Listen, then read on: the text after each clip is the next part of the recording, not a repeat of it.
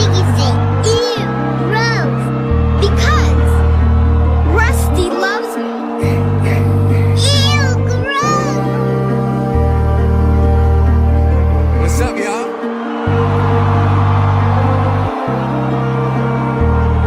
Let's turn up right here. Let's go. What's up, boys? Welcome to That's Gross, episode 52. We are 52 episodes in. It's a lot of episodes. It's a lot more than I thought we would get to. But it's been a little bit since One episode that we thought we'd do. yeah. Yeah. But we haven't talked since a little bit here. And there's been a lot of shit going on. But yeah, I don't know. I mean, anything new on the gross hockey department that we should get into, or you guys want to get into just the league? I don't think so. A lot of exciting stuff going on, though. A lot to talk about. Yeah, yeah, absolutely. Yeah, no, I mean, shout out to the good old Canadian boys, right? Because that's we just sent them some hats. We're trying to get all this stuff out. Always a reminder, if anybody is actually listening to this and you know anybody who works for a team or who works like any kind of capacity near players or whatever, give the boys a shout for real. For real. Yeah. Gross hockey to the moon though. We're going. But yeah, guys. So we got a lot to talk about for sure. I think we probably got to start with Leo. Big old Leo. So he signed an offer sheet from Philadelphia. We haven't talked since that happened. Cannot blame the guy. $18 million for a 21-year-old center. Very talented player. I think he's 6'3", 200 plus pounds. Pretty good numbers, like underlying, like he's a two-way centerman, first line center. Put up about a point a game. I guess he had an injury. He had a hip, some kind of a thigh contusion or something that he battled throughout the year. His numbers don't kind of blow you off the page considering the price tag that he just got. But yeah, Philadelphia obviously looking at it like, I mean, the Bruins, right? Like, how long have we been talking about how bad that team needs a first line center and how hard that is to find? Like, you really got to find them like the top three of the draft. So they swung. Danny Briere took his nutsack and he grabbed it and twisted it, and he fired off an $18 million offer sheet, 5 years. So Leo Carlsson would be 26 as a free agent, which is even more valuable for the player. Like it's an insane contract. You get why they did it, and it put Anaheim in a tough position. I don't really think there was any question about matching it. What do you guys think? Like, did you have any doubts that they were going to match that? No, not really. I mean, Leo Carlson's don't come around like ever. Like, he's a franchise center. He's young. He was sick in the playoffs this year. He's gonna be a fucking stud. Like, that's a guy, like, you asked me, like, top young centers in the league. It's Celebrini, Carlson, and then Bedard, in my opinion. Like, he's not worth 18 million right now, but by the end of that contract with the rising cap, I think he undoubtedly will be. But dude, fucking Pat Verbeek, what a fucking muppet that guy is. He's got to be on the hot seat right now. He completely fucked their cap situation. Yeah. No, I mean, I don't think he's on the hot seat though. I will say the owner, the message they put out today, the owner said Pat has left us with plenty of cap space. So I don't know that they're looking at it like that, but I know a lot of people are around the league on, fans and also probably just other teams. It just seems like he's a GM who tries to play hardball with his players, and that doesn't really work in this new NHL. Like, we're talking, the last few weeks about how this league is changing. The players are becoming so much more empowered, and you can't do that to your young guys anymore and expect that they're just going to take less money and kind of earn their stripes when there's an offer sheet like that. Like, Yeah, no doubt. And I think, like, one of the big things that really just, I guess I don't really know what made him say this. Something probably was asked but he came out and said he's going to match any offer sheet out there. That's just basically an invitation for teams to throw an offer sheet out there and put him up against the wall. Yeah. And from what I heard, they were offering him around 12.5 and his ask was 15 million. So that's a $6 million gap between what he ended up with and what the Ducks wanted to give him. And now Cutter Gauthier is an RFA. He's group 6, so he's not eligible for offer sheet. But you don't think Leo Carlsson getting 18 million, he's going to be like, hey, I'm worth more now too. The guy had 40 goals last year. Yeah, I think he led them in points. Yeah. So, yeah, I mean, I agree with you. Trust me. Based on, I mean, who knows if the owner just said that to say it, but yeah, I mean, obviously there's a lot of PR involved with how they respond to things like that. But yeah, I mean, what did you say they were offering him? Like 12 and a half? 12 and a half was their number. So that's negotiating, right? They're probably cool at that point going, maybe we'll give them 13, 13.5, 14's the ceiling. But the problem is you might have been able to get him for 13, 14 million. Like he Yeah. probably would have signed that. But the problem is when you're playing that hardball and you leave it to the last minute and like you said, you go out there and challenge other general managers. There was 4 offer sheets. He signed Philadelphia's, but there was Yeah. 4. I hate that they don't tell you who made the other offer sheets. Well, Like, we know. I'm pretty sure Seattle came out. okay. Seattle I haven't heard is that yet, but that I believe that for sure. They're desperate for They're very- anybody. Nobody wants to go to fucking there. Nobody wants to play Seattle. Yeah, But another thing is his camp went to Anaheim, was like, hey, we have something in our back pocket, like, and I guess made him an offer, which was probably around 15 million, what they were asking for, maybe even a little bit lower because he did want to stay in Anaheim. And for sure. Yeah, he is, but I mean, it's 18 million. How are you're not turning down that. no, you kidding me? That's an insane deal. Yeah. I actually thought the worst part about all of it was the Mintyukov thing. Like, I don't really know the player that well. I'll definitely admit that, but I feel like I don't know, but I feel like he's on a similar level to Zellweger, like not the craziest distance apart. And Yeah, what they're they ended pretty up identical. and what they ended up doing in trading away him, who then signed like a $3 million deal. Then there was apparently a threat for offer sheet of Mintyukov, and I mean, just think of Pat Verbeek just absolutely swimming upstream. That's what he was doing. He was in full on panic mode. He Absolutely. sweat through his gray t-shirt. He had to take it off, put another t-shirt on, sweat through that. I mean, the guy was leaking. And yeah, I mean, to sign that guy to that big of a deal was kind of wild. I mean, the potential's there. He's just nowhere near that number yet. But I saw something where it was like they were hoping to get Cutter and Leo together for like 22 to 24. They're paying 25 for Leo and Mintyukov, and they don't I even saw that. And haven't then signed I him. also saw a tweet that it was Demidov, Caulfield, and Slavkovsky, or maybe Hudson was one of them.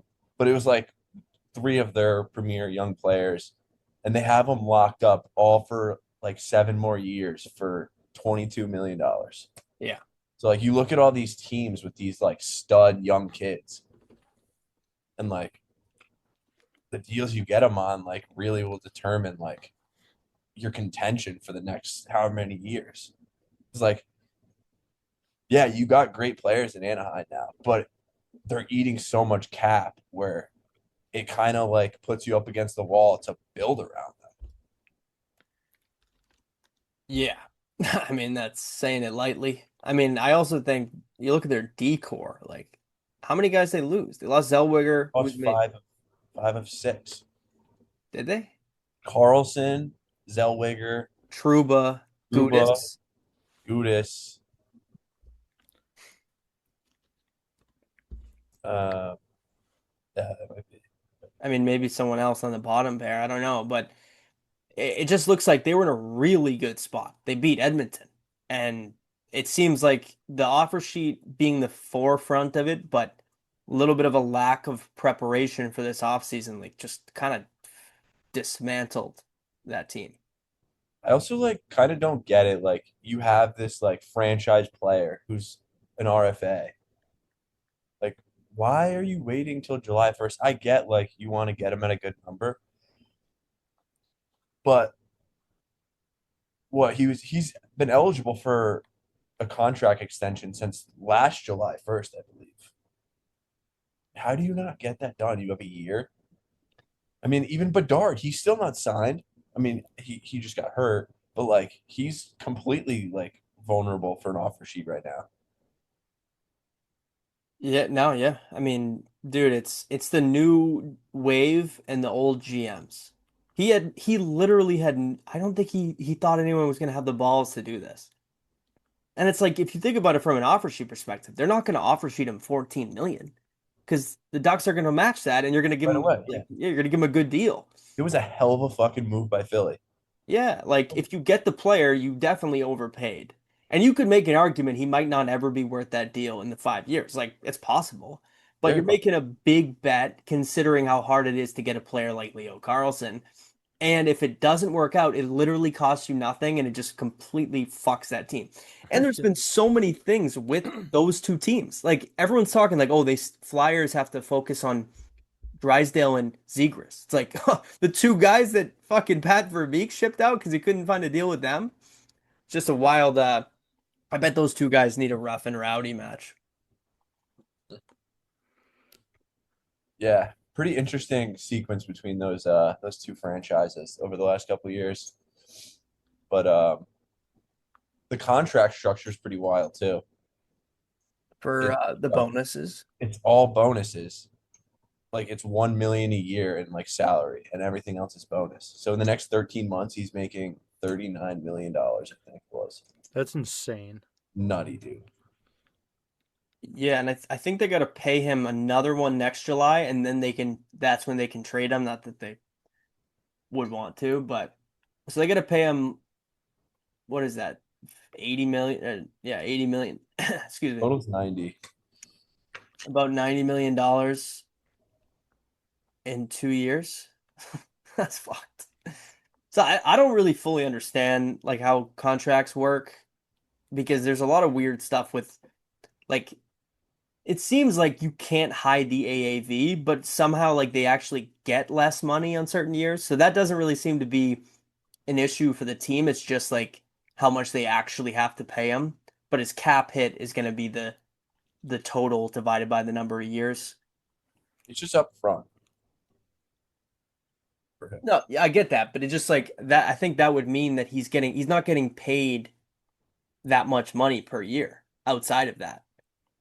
But it's still like a Yeah, like cap his hit. salary would be 1 million, so 1 million divided by however their pay structure is, and then July 1st, he's getting fucking $17 million wired into his bank account. Yeah, Imagine that, boys. God, yeah. Could I use thought- that right about now. Yeah, I thought play Freebird blowing up when the boys won gold was big time, but no, nowhere close to that. So yeah, I mean, I think we could probably move off of that, but that was obviously like pretty wild and changes the league a lot. It changes the salary cap a lot, just considering like that's like Sidney Crosby percentage of the cap when he signed his first deal, and or I think yeah, it's around there. So it changes the game. All right, you guys want to talk about Jason Robertson? Because that's another thing that's just been dragging on, and there's been a couple different tributaries that have creeped out through it because you have all these other teams that are like vultures seeing it and trying to trade for him. Then you have him saying he won't sign there, so declining the trade essentially. He wants 14 million or whatever it is over 7 years a year, but he also wants it in Dallas. It doesn't seem like he wants to go anywhere else. Like I don't know if I'm missing, maybe there's just no team has tried that he would go to, but these it's teams just, are trying. Yeah, like again, Seattle. I know Pittsburgh wants him. They brought in his brother, so there's a lot of people saying, "Hey, like, are they trying to swing that?" Um, and then he's been on the table in a few deals. I heard that they put him in a deal with Larkin for Detroit, which makes sense. Like if you can get Larkin over there, I would think you would have to have Detroit add in that trade. No? Um, that's a weird one because it's a winger for a center, but like Larkin's not a first line center. I mean, on Dallas maybe he would be, Yeah. but I don't know. It's interesting. But I heard Detroit's ask is Wyatt Robertson, or not. Jesus Christ, Wyatt Johnston. Sorry, That's just a the funny made name. up name. Wyatt Robertson. Um, His brother. It's his Rob other. Robert Jasonson. Yeah, it's just been a weird situation because it really just seems like he doesn't want to go anywhere else, but he's like holding to this money, and Dallas is trying to trade him because they're like, we don't want to give you that money. And I don't even know if they have enough money to pay him. I mean, I know they shipped out Maverick Bork. We could talk about that. We'll get to the Bruins, obviously. Apparently, they were in on that. And I don't really know why they didn't do it. I guess, again, like their center thing is kind of weird. Like, I don't know if he's not, I don't think he's going to be a 1C. Like, he's probably a really good player to have, but they're just bogged down the middle when you have Elias Lindholm and you're trying to see if he can, miss the bus and just leave him somewhere and hope that he never comes back. But um, yeah, it's been weird. So I don't know. I mean, I don't know what's gonna happen with that. What do you guys? He filed for arbitration, so I don't. I think that means it's gonna be a 1 year deal, like when Swayman did that. Yeah. And it, Swayman got a 8-year deal from arbitration, but no, he didn't. I don't think. yeah, he did. I'm pretty sure. I'm pretty sure he didn't. I think That that was the following. I think it was the following year. did he go to year Because arbitration? I'm pretty sure he got like a short-term deal when they still had Olmark. And then it was the following offseason that they traded Olmark. But I And thought that was before he went to arbitration. Like the summer that we were waiting for him to sign for so long, that was the year he went to arbitration. That was the year he signed his 8-year deal. can you look it up? I don't think so. Because I'm pretty sure I recently heard that arbitration's like always a 1 year. Although I thought sometimes it was two, but I don't know. Look into that just so we're not like going back and forth about shit we're neither of us are really sure about. But while you look that up, I think that's what it's going to be, is that it's going to be a 1 year deal, and then they're just going to have to figure it out the following season. You're right. It has to be one. One year, 3.475. So that was before Oh, the Swayman, yeah. it was before his big contract. I Yeah, thought that he went to arbitration on that one too. Maybe he didn't though.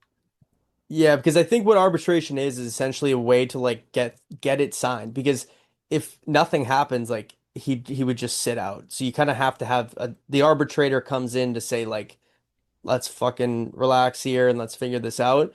And that was a steal, right? He had a great year that year. Yeah. He was on that deal when they when they went to the playoffs, and he took the net pretty much.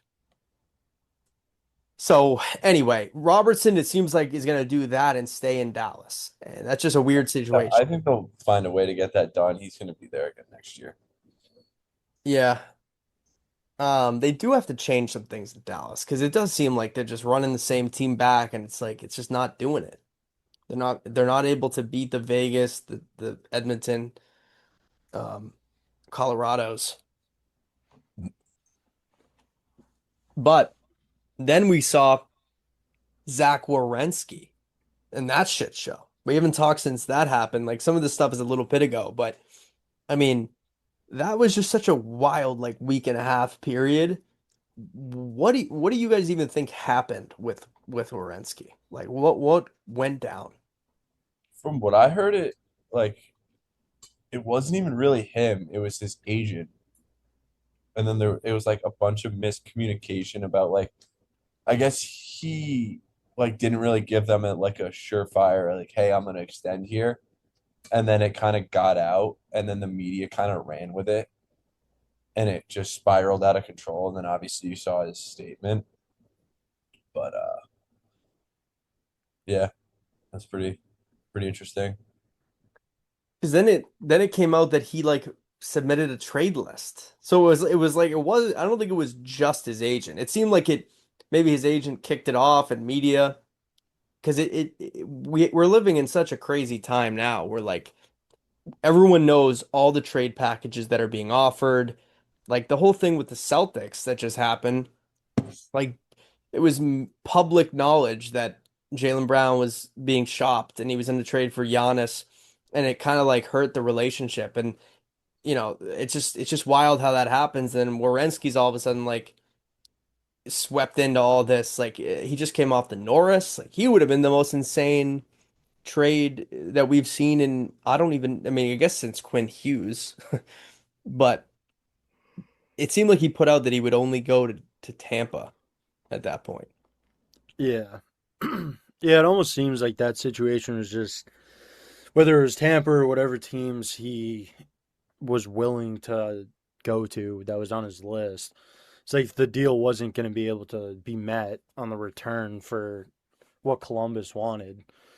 It is just like tough because like he already knows the demons of Columbus. He's been there now a while, and it's just tough because like they've been kind of building.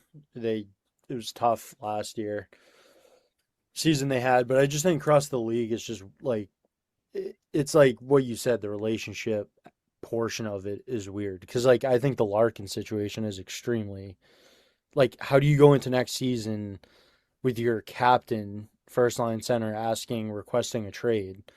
Like do they pull captaincy from him? And I just thought that that was weird in general because like you look at Detroit and it's like yeah, they haven't been able to get over that hump. It's he's been there now for a while. It's definitely frustrating, but it's like they're pretty close. Like they've made strong pushes, I feel like the last couple of seasons, and they've been off a little bit, but it's just like I don't know, that move happens. Like was that the one where I think wasn't it Minnesota and that the GM said the only way that he would move Larkin is if Boldy was coming back?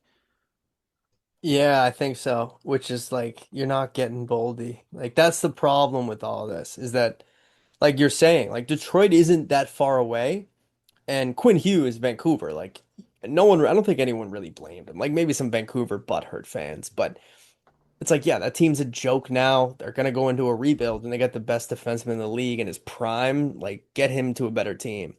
But with Detroit, it's like for him, we talked about this before, but like he can't go to like the Bruins because the Bruins aren't really that much further along than Detroit is. So if he forces a trade just to go to a team that's still kind of on the outside, so that's why his list was so small.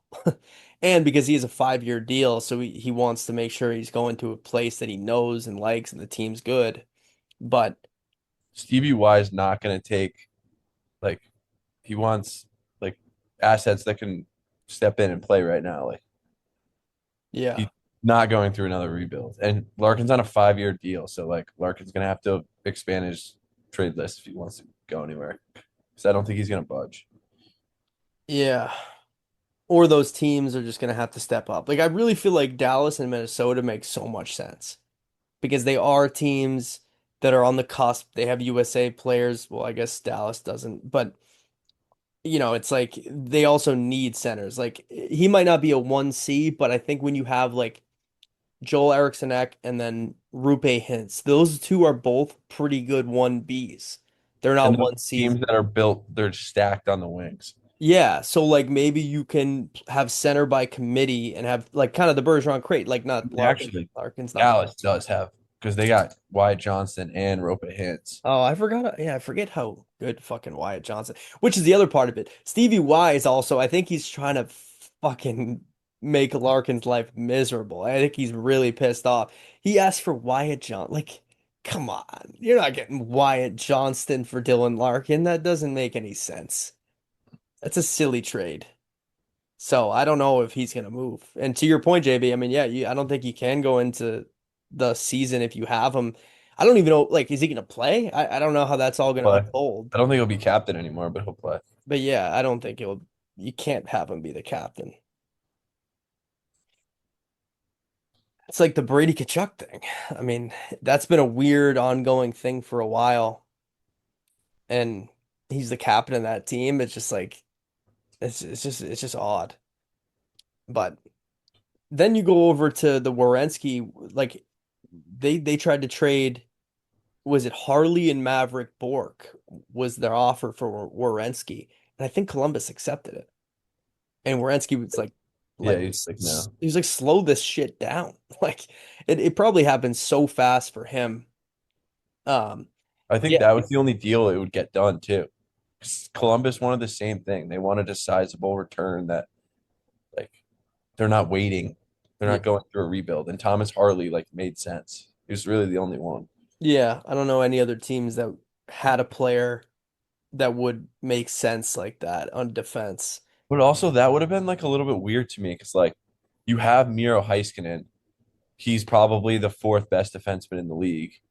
And you're bringing in like obviously like you get a if you can get a Zach Werenski, you get a Zach Werenski. Yeah, But like Dallas is like Dallas, Minnesota, Colorado, and like Buffalo are like the only teams that I like really see. It's just like you already have a guy like that. yeah. Like they have other holes that are bigger, but it's just tough when you have a Norris guy like Werenski, like you said, if you can get him, you're gonna get him. And if you can get him for Maverick Bork and Thomas Harley, you do it 10 times a week and I twice. assume there was probably a first involved in there too, but Yeah, but that would have really that wouldn't have helped Columbus that much. But Columbus is in such a weird spot. It does kind of suck. Like I said it a while ago about some of these teams. Like you just really have to. It's tougher when you're in those markets. Like you have to find guys who want to be there. Like obviously Johnny Gaudreau chose to go there, and obviously that was a tragedy what happened to him, like an unheard of situation like that. But rest in peace. But I mean, so many guys have just chosen to say like, when my deal's up, I'm not staying. Like, remember in 2019 when when they swept Tampa, and then we played the Aaron Bruins. and Bobrovsky gone. Yeah, and Duchesne, I think too. Like they made all these additions. They had all these expiring contracts who weren't coming back, who told them they weren't coming back, and they just said, "We've been so bad for so long, I don't even care."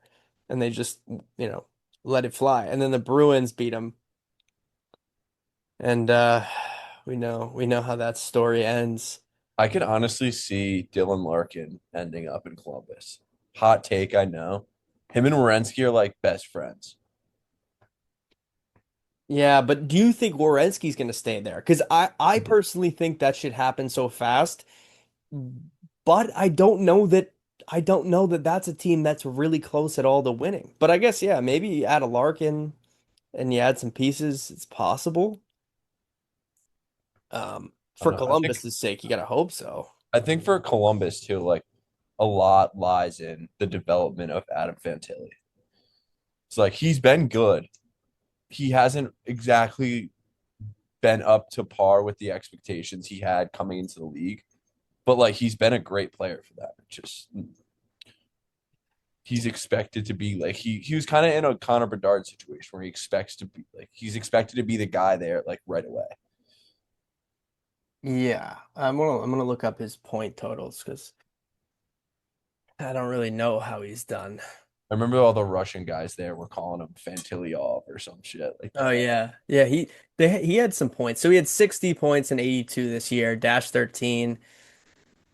He's how many years in the league? He's had a half Three. season and then two full seasons, averaging about 55, 57 points in a full season.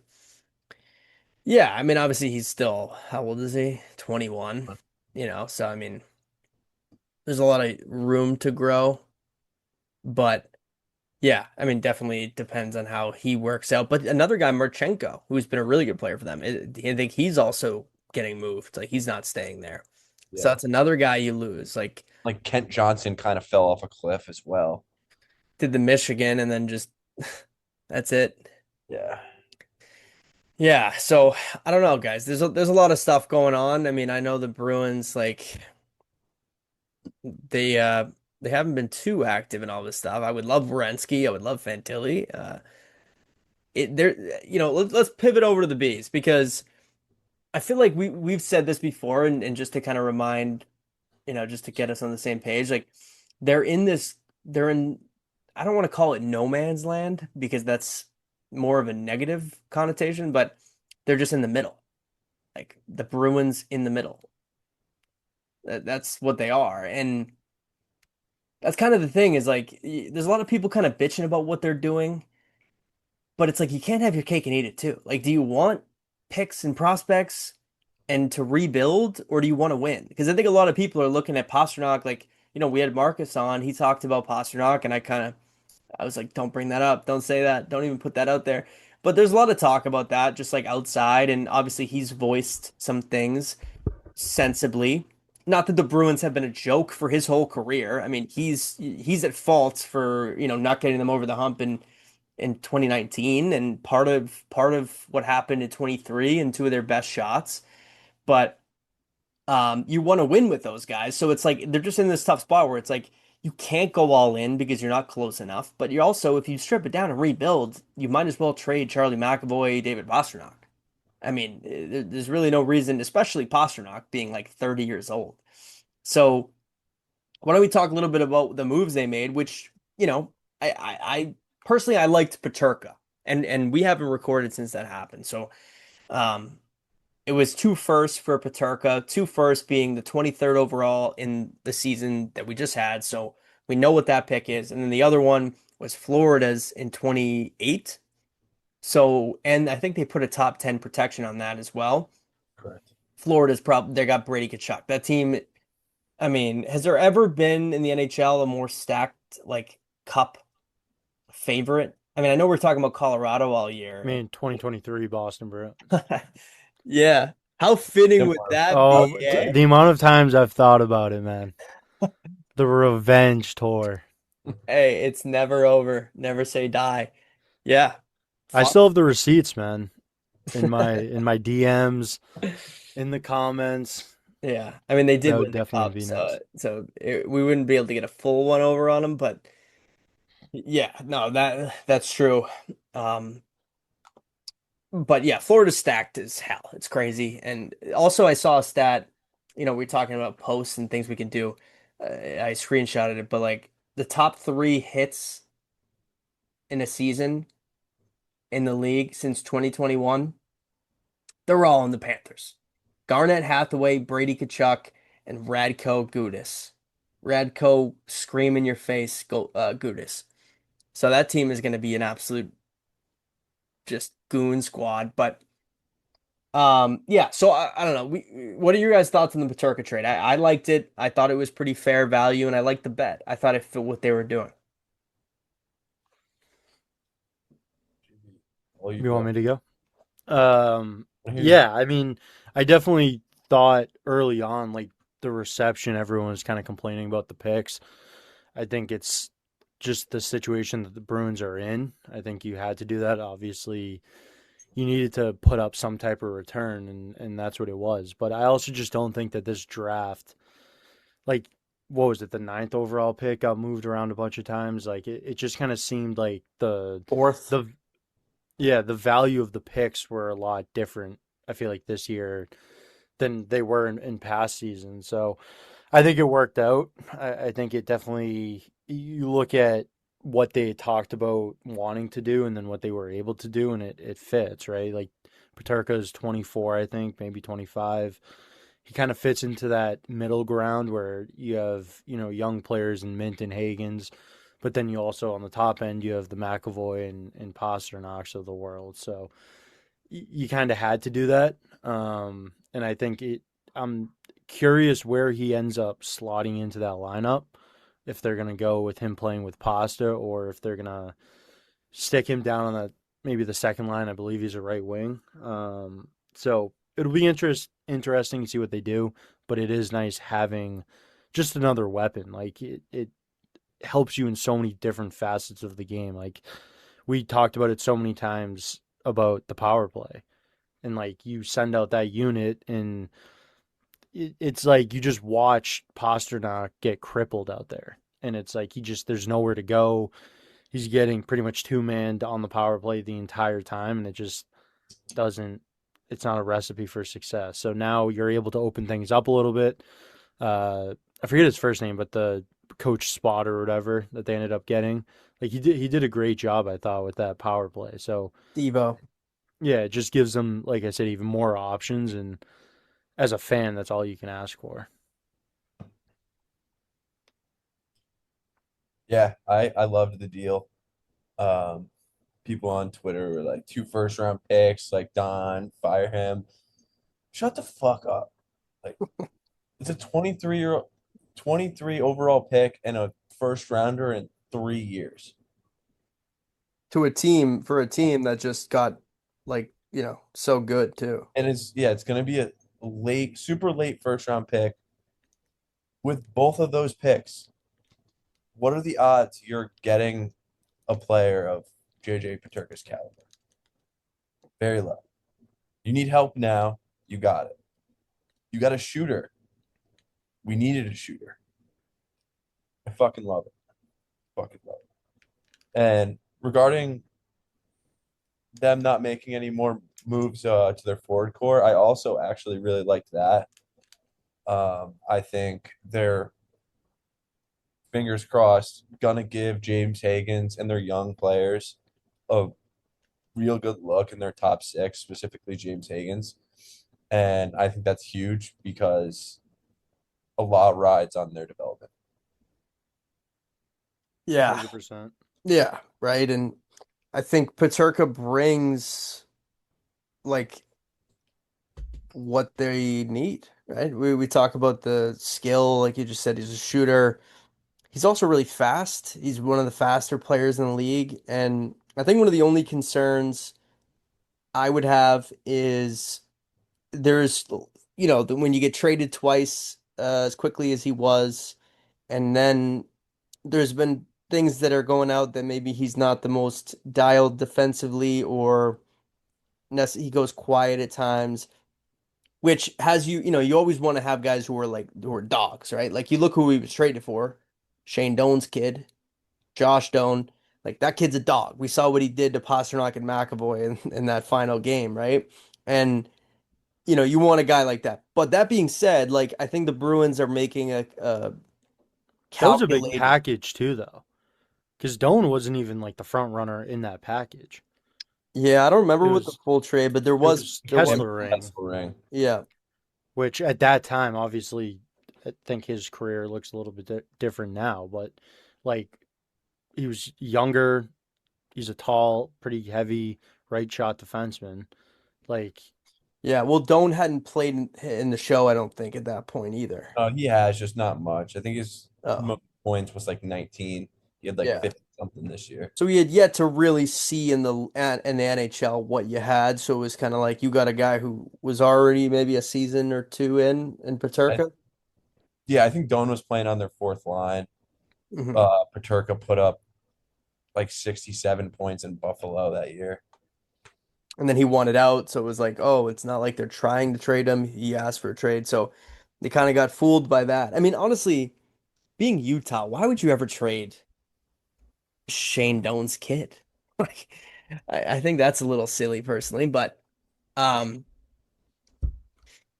yeah. I mean, you talked about the power play. I think that I do think they're looking at what they can have in terms of both elbows.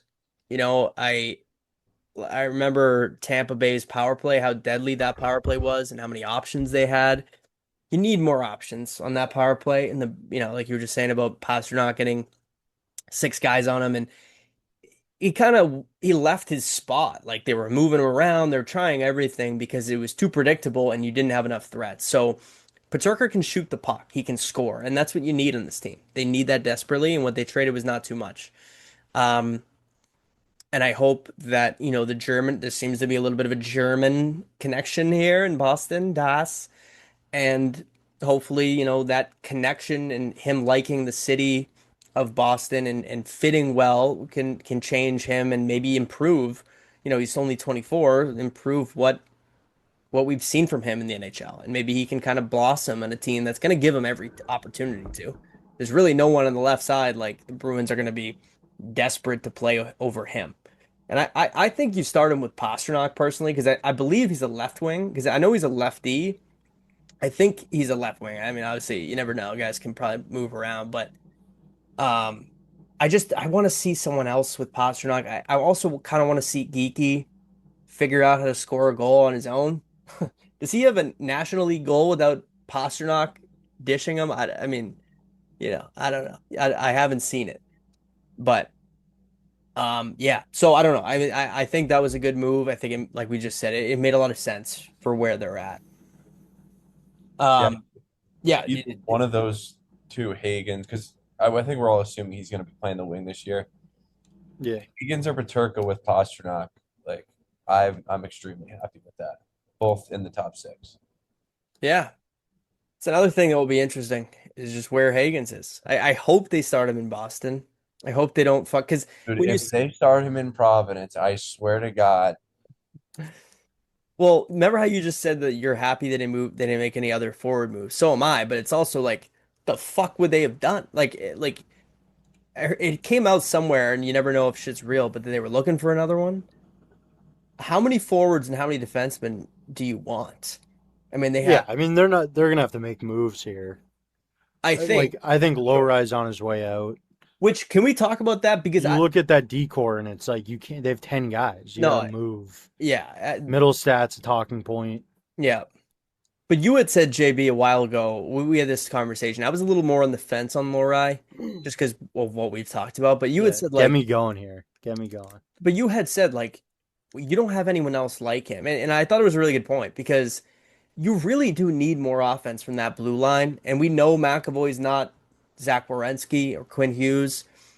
I think moving him at this point in his career, although maybe it's the highest point it'll be in the future, like maybe it's only down, but it just seems like for a third or for some minimal return, I don't really want to do that personally. I would rather just say fuck off to Yoki Haru and all these other guys personally, but I don't know. What do you guys think? Yeah, I mean, I just don't think I just don't even think it's really a fair runway, to be completely honest. Like I've defended this, and it could come back and completely bite, and he sucks, and he's never turns into anything. But it's a player that you don't have, and that is a sought after play style. It's the new age NHL. Look at players that are moving, guys that are. You look at the Werenskis of the world, Quinn Hughes. You're like, yeah, and then Mason Lowry isn't those guys, but as far as play style goes, that's what he's closest to. He's not a defensive defenseman.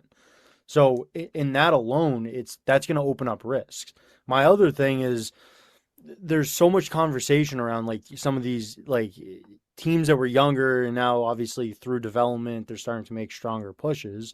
In a Buffalo, right? You can bring them up. Well, how many games did Rasmus Dahlin, Owen Powers get playing in the sewer bowl of hockey that the games didn't matter and the magnifying glass isn't on them? And I just don't think that you look at Mason Lowry, like I don't think he's been given great shots. Like it seems like he'll get a little bit with McAvoy, and then it's like, all right, we got to move that. I mean, they gave Jonathan Aspro a longer leash, I felt like, with your number one defenseman than what we saw in Mason Lowry. I think he's probably around the 200 game mark. And yeah, he hasn't been amazing, but going from dash 33 to positive the next season on a team that, like, I mean, even this past year, you completely changed the defensive structure into a man on man. I mean, that affected every one of those defensemen, and he was positive on the season. So I just don't think like the return you're probably going to get isn't going to be great. And I'm still at the point that I want to see more out of him. And I don't know. I mean, maybe like my biggest thing with the Bruins this year, I'm on a rant now, but is that you need some chips to fall, right? I think them moving Corpusalo now proves to you that he knows, and Don Sweeney knows that he needs to start giving the youth opportunities, right? You saw Brandon Bussey and what he did. You'd be an idiot to leave Corpusalo's contract on the books and never give DiPietro a look. So that, I think, starts the conversation. I think I would imagine we're all in agreement that Matty Poitras needs to see games this year, right? The showings that he's had, he scored the goal in the outdoor game. Like, it's something. He's another player that provides a spark and something else in the bottom six that we don't have. Hagens needs to be given a little bit of runway. That's why you give Pasta captaincy. Give him the C, simmer him down a little bit, right? He's the captain of an original six franchise. He's been here forever. Give us a year, Pasta. Give us maybe two. Let these guys develop a little bit, and then we can start dancing. Yeah. No, I like it. Don't know where Potter falls just because of how many forwards they have, and like you said, maybe they do have plans to make like two, three of those contracts go away, but I would hope to see him for sure. I go back to like Pittsburgh when they won those back-to-back cups. I vividly remember a big talking point being Jake Gensel on his entry level contract, and that you need guys, young guys on entry levels or, just minimal deals who can outperform it or bring more than your bottom six players can bring because you kind of just know what those guys are. You know what Steves is, you know what Corrali, like there isn't really upside, it's more just safety. And that's kind of what we talked about last podcast is they've the Bruins like you talk about Lori, they opt for safety so much that it can inhibit you. And when you're trying to retool and see what you have in the youth, you can't put a fucking dog collar on these kids. You kind of have to let them run.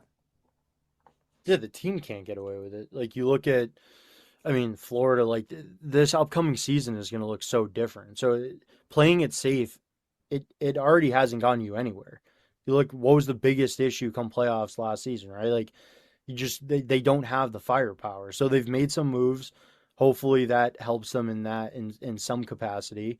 And yeah, you got to give these young guys a little bit of runway. And it's Boston media; they'll catch heat. James Hagens is going to get heat. Patra, like I was listening to a little bit of the 98.5. I mean, those guys are obviously insane anyways, but like they were just going off on how the JJ Peterka move for the picks was so stupid. And the Bruins never hold on their picks, and that's why they're in this Fucking situation. Muppets. And it's just like the Bruins, I think they're honestly in a good spot.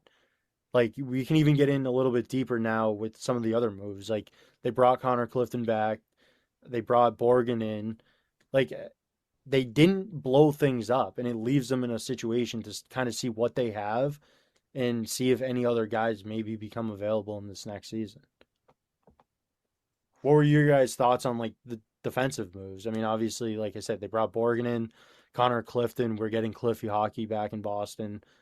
Andrew Peeke got 1-by-1 to Utah, so we don't have to worry about him anymore. Yeah, I mean, they addressed their need. So, I mean, Yeah, I mean, not as much as I think even they would have hoped to, but the options are limited, right? So you're right. Like they addressed the defense they needed to get better back there. they And needed right-handed defenseman. They got right-handed defenseman. Did yeah, you want Carlson? Yeah. You got Borgen. he And wanted then to go to Tampa. Yeah, nothing you could do. Yeah.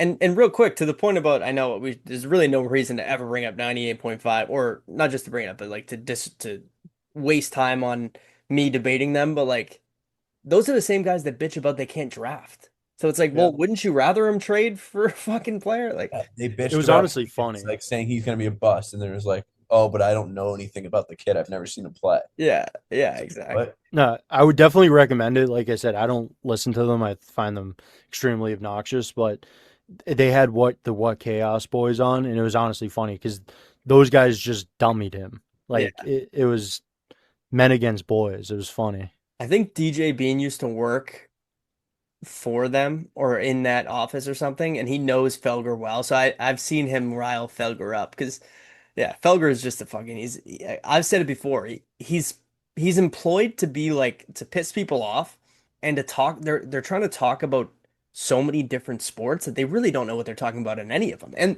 he just spends his fucking year in Nantucket. He doesn't even probably Yeah, watch. it's just headlines, Yeah.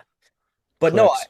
on Borgen, like, look, I don't know. That one didn't really excite me, to be honest. But I'm willing to wait and see. He's on a very fair contract. The trade wasn't like they gave up astronomical pieces. Um, I kind of liked what New York did on defense, so them trading him out, I don't know, to me, like again, didn't really excite me too much. Clifton didn't really excite me, but he's an upgrade over Peak. And who was your right D on the second pair? I I mean, it mean, was a toss up all season. yeah, it Like was a joke. Yoki Haru really didn't get too many. To No. me, the Borgen move was Sweeney wanting, and he wasn't able to get it as fast as I think he probably wanted or thought, was Brandon Carlo. Like, to Mm, me, that is the Brandon Carlo replacement. yeah, I totally agree with It that. gives you a heady top four defenseman. Big guy, and he's Yeah. Brandon Carlo who actually hits too, which has always been the biggest critique among Boston fans. Where my critique wasn't even that; it was just the guy was Mr. Ice. I call him because he just iced the puck all the time. Like Yeah. those are the little things that just show you inefficiencies in defensemen. Like obviously, JB, you know that you play defense. If you're fucking icing the puck every shift, your teammates hate you. And I just feel like guys like that weigh you down a little bit, even though he got this thing of like he's a big shutdown D man where it's like, Well, how much does it hurt other players on the team? That's where I'm at with the Bruins team right now. Like, I'm excited for this season. And yeah, like the league got a lot harder, but like I look at that decor, some of the weight's taking off of Charlie McAvoy, yeah, right? So do I see a more energized McAvoy? Hopefully he remains healthy. Like what we said earlier, you need some of these guys to perform. Like we need Elias Lindholm's back to not be in shambles. Like there's a lot of different things that could go right, and that's what the Bruins need. Like we have no idea what James Higgins is. So if some of these guys play well, like, does Paterka, how much more do you get out of Pasternak with him playing with Paterka?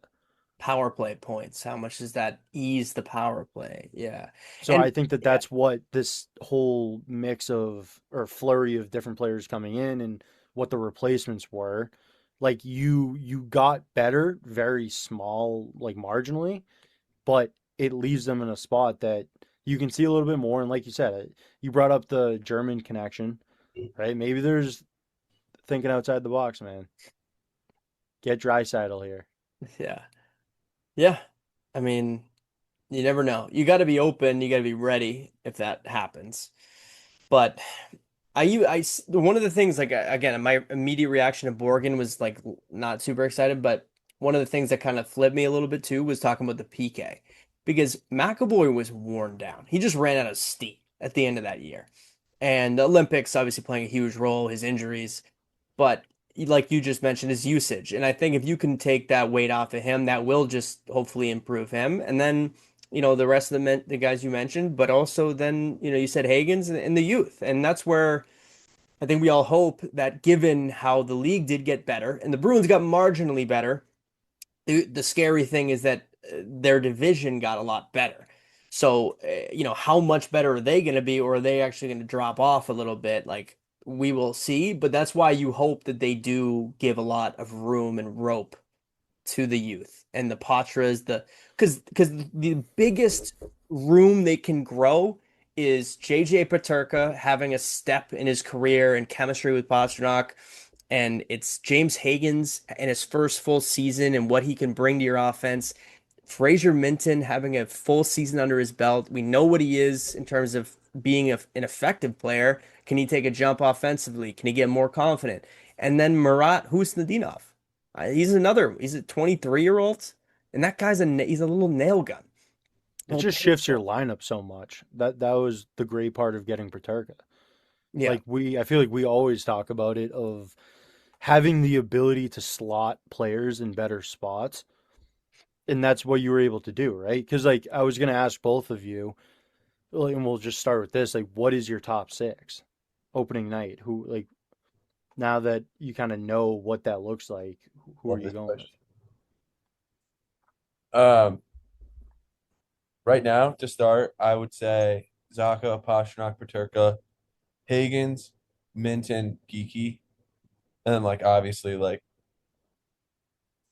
you kind of change as you go. But I would maybe switch Hagens and Paterka. But I don't know. I want to see how both of them are with Pashta.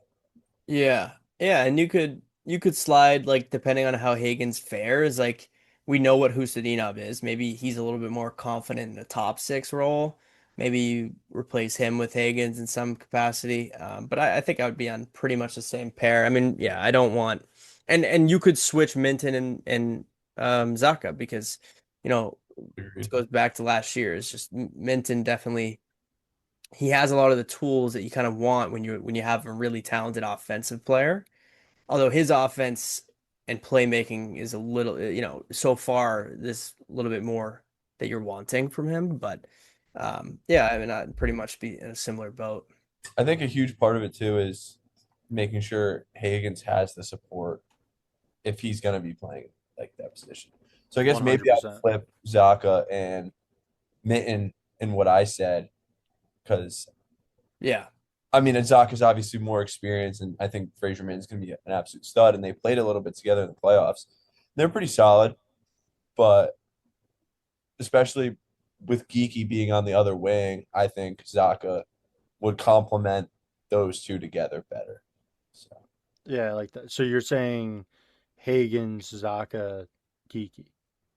yeah, and then Yeah. in Paterka pasta. Yeah, that's mine. 100% agree with you. I think to see Hagen's in the top six, he needs to play with Zaka to start. I mean, same thing. You don't know.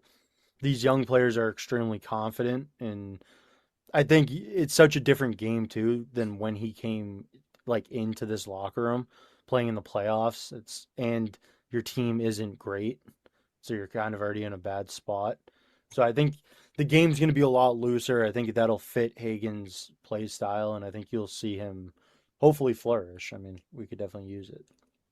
So I remember hearing about, I think it was Montgomery, but like kind of looking for pairs on lines, and he had like different roles, like a shooter, someone who retrieves, someone who like battles and wins pucks, and then maybe your face-off guy, your kind of playmaker or whatever. So I mean, maybe you look at Zaka with Pasta because he's a guy who's going to win battles, play defense, and then you have Paterka and Pasternak who are kind of the duo, and then you could go Minton and Geeky and Hustadinov or something. But yeah, I mean, like at the end of the day, we could say 16 of these.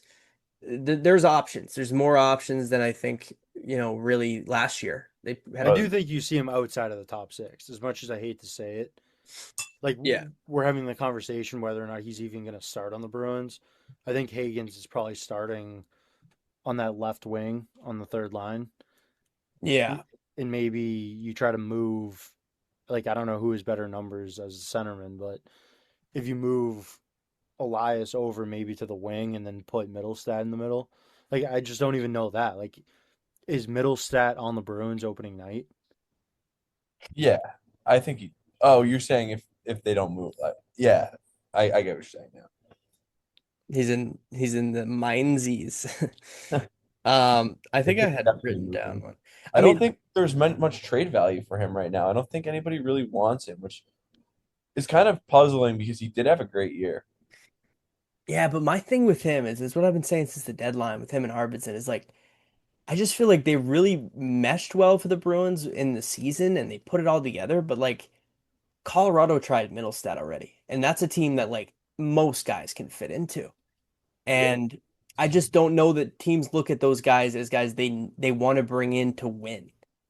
You know, I Yeah. feel like they don't like the Bruins took those guys, him and Arvidsson, as like, you know, they were overboard, right? One man's trash, another man's treasure because they got other assets. So, I just don't, yeah, I don't really know what the value of Middlestat's him just at. tough because he's not fast at all. No, what is yeah, it's so weird.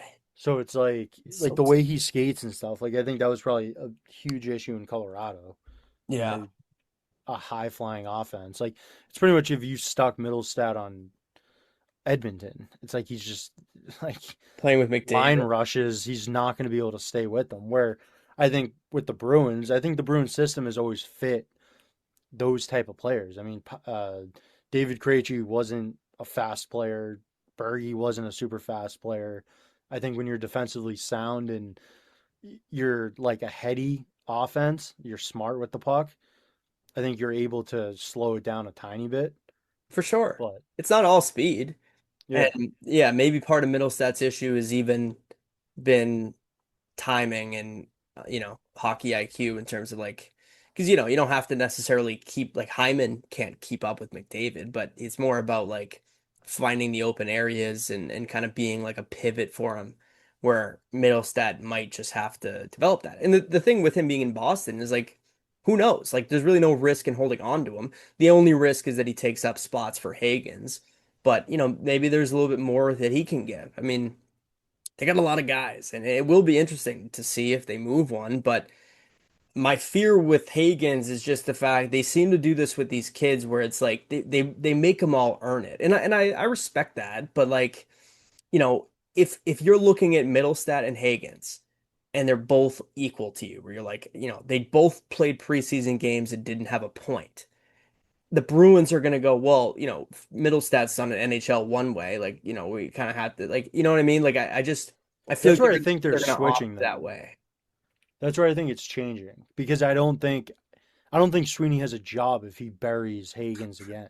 To be honest with you, like Yeah. I think going into the season, he's like I need to throw as much opportunity as I can because my toes are crossed that this kid's gonna pan out.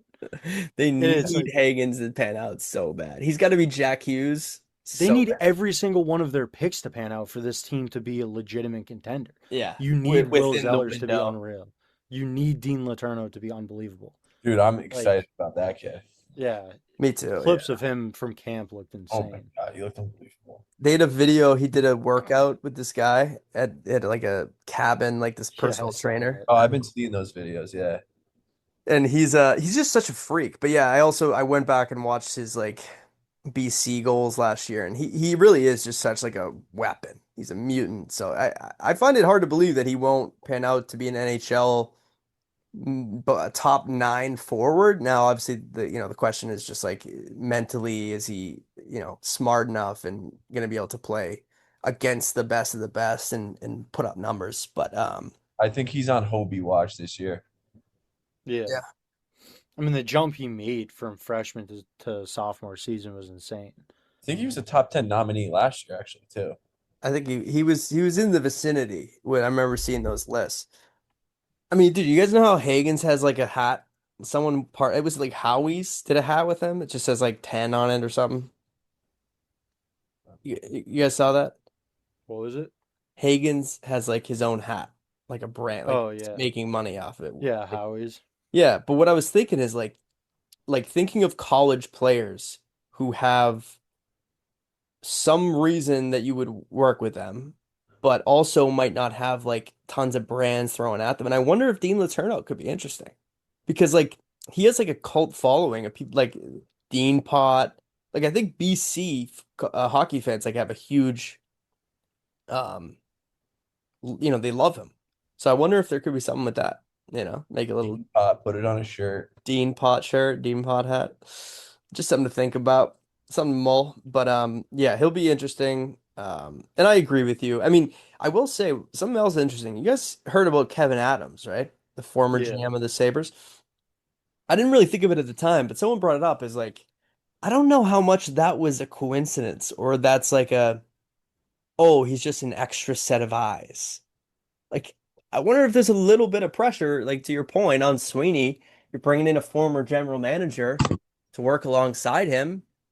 We see a lot of times the guys they It was kind also of interesting slowly do that. with their pickups because like you look Yeah. at Paterka being A like he got Buffalo, drafted, yeah. and then who was the other guy? There was one other guy like that. Yeah, Clifton. I think he Clifton, signed yeah. Clifton, yeah, in Buffalo. I agree with you though. I definitely think like it's just how can it not? Like I've defended him. I feel like as much as I can in Sweeney. Like and there's definitely parts of what he's done that haven't been good, but I do not think you can really put them not having a cup on Sweeney with the opportunities that they had. You can never outrun the 2023 season. No. Like I just don't think whether it's too many chefs in the kitchen, whatever. I mean, post deadline, that team looked unbelievable.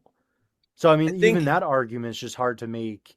I think the Like- only thing you could say though is that you can't put all your eggs in one basket. You And can when 37 needs another cup.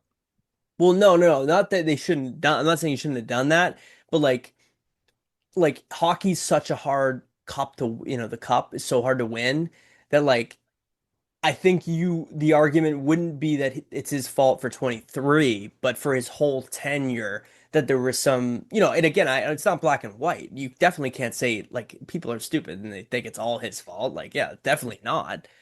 But, I mean, I obviously just think he's made 23 was the mistakes. absolute final push. So it's like, yeah, you're feeling the repercussions of those assets and everything that was moved to get those players. But I mean, that was it. 2019, you lost Chara. 23, you knew like the deals that even those guys signed, the bonuses that were hitting the following season, that was it. So I just think For the sure. opportunity was there. You brought it up earlier, which I agreed with Pasta not like complaining, but starting to have some rumblings about that he just hit 30. He's only been to one cup final, and it's like, all right, well, like how many guys in the league would have killed for those opportunities? Yeah, like look at Dylan Larkin. Look at his Yeah. career. He's made the playoffs his rookie year and got like pumped and they never went back. Yeah, I mean, again, I think the only thing with Sweeney is just like there's a legit argument in 2019 that you hit on one more draft pick in that vicinity somewhere, maybe that wins you a cup.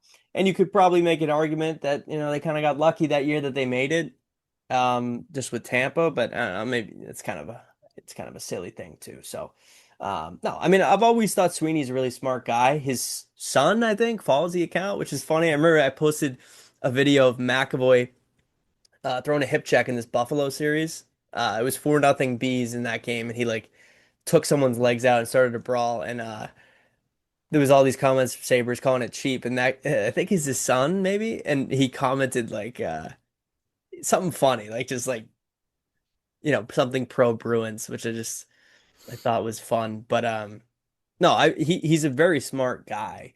Well, you kind of changed, I think, my view on him, to be honest with you, because you kept saying like the same thing about just pretty much like what you have, and you look around the league and how worse it could be.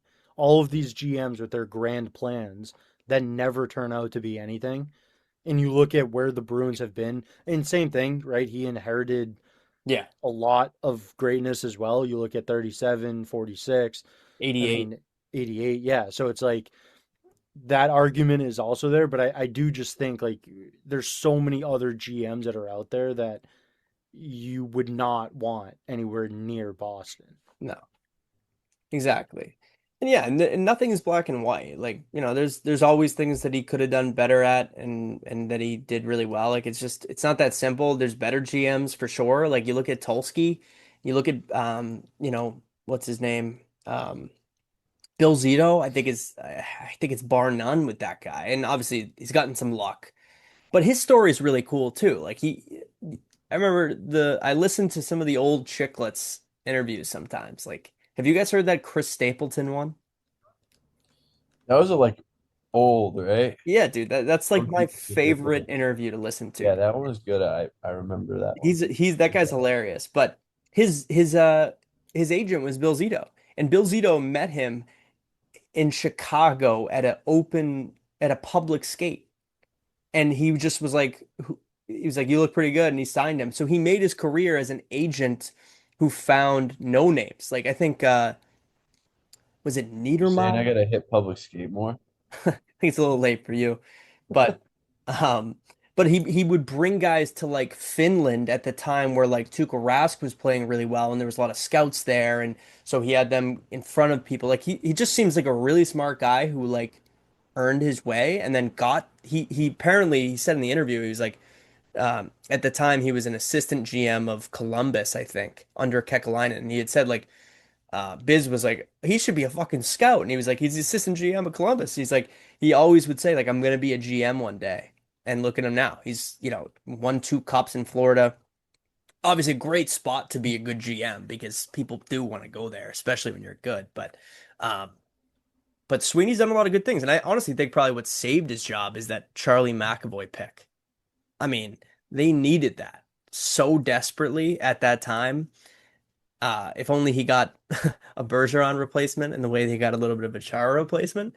But it's hard, right? I mean, there's a reason guys are diamonds in the rough. It's like, every team passed on Datsuk fucking 6 times and passed on Bergeron 3 times. So it's hard to do. We'll But see yeah, what these draft picks turn out to be. Because this has been the most hype we've had around like different draft classes. you're talking about the guys they already took, like Yeah, Zellers. the guys that are coming up. I mean, not yeah. I mean, you're looking Hagen. at next season that you could possibly see Dean Letourneau on the Bruins, Yeah. depending on how this sophomore season goes and where the Bruins are at. Yeah. Yeah, exactly. Yeah, it's gonna be huge, like we just kind of said. So Who's the other kid too? Isn't there I think his last name's Simpson? Simpson. Yeah. Mhm. Simpson. Yeah, he's coming into North Dakota this year as a freshman. He's a lot like Zellers, Yeah. high skill, little undersized. pure goal scorer. Could use a couple of those. Yeah, I'm pretty sure he led the USHL in goals this year as well. Yeah, I mean, fuck. It really, how many who do you guys think has the most likelihood of being legit? I think Dean Letourneau could easily be Yeah. a top 6 center. Yeah. For sure. See, I'll tell you this. I do I love Hagen's. I'm a little confused on him, to be honest. Like I could see him being like a Jack Hughes, but I could also see it going the other way. I think that kid Zellers is a dog too. I just from what I've seen, like I'm not the first guy to say that, but I really he seems like a hound on the puck. He is. My I only mean, thing with hate, go ahead, Jake. no, go ahead. No, I was just gonna say because you just brought it up. Like my only thing with Hagen's, and this could be also, I don't even know. I'll just get to it. Like he's way too respectful, Yeah. and like he's Timid. way too, yeah, like timid. Like it's not like in the nice aspect where like he's on the ice and he's not trying to get into stuff. We saw him in Providence. We saw him a couple games in BC. Like he'll get in the mix. Like he's a fiery little player, which you like that. My only thing is like sometimes I feel like these guys going into an NHL room, they almost respect the opportunity way too much, or they're the lights are a little bit too bright. They're a little timid. And with his skill set, like, no, dude, you look at where this team is, go for it. Like, here's a little bit more leash, and you're going to make mistakes, but like, I want to see him wheeling and dealing on the power play. Like, that's his game. So I think that's I think he has all the skill in the world, and I think that pick's going to pan out. But I just want to see him kind of grab the opportunity a little bit more, like be defensively structured, but take some chances. Yeah, completely agree. The thing with Zellers, elite offensively. Not the best defensively. He took a big step this year in North Dakota, just rounding his game out. But he's still got a way to go to like be a legit NHL player. But it's definitely there. There's no doubt in my mind he'll be in the NHL. But Yeah. I'd say you won't see him this year, maybe the year after. So after his junior year, I think potentially. Like maybe a little bit of like TJ Sochi. Like I think he played at Nodak too, but that goal he scored at the World Juniors this past year when he was playing with Hagens and I think Riker Lee, there was one where it was like he looked like the biggest puck hound I've ever seen. Like Yeah.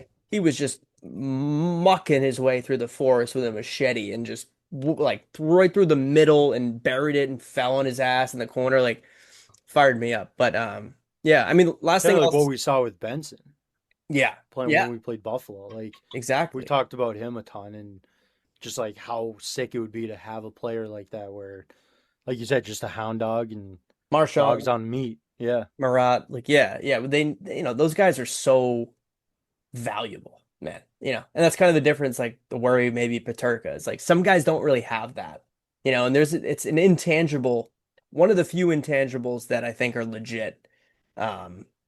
Sometimes they're a little overvalued, but last thing I'll say on Hagens is that like to the point about timidness, like maybe his eyes were saucers a little bit, going into the playoffs especially and everything.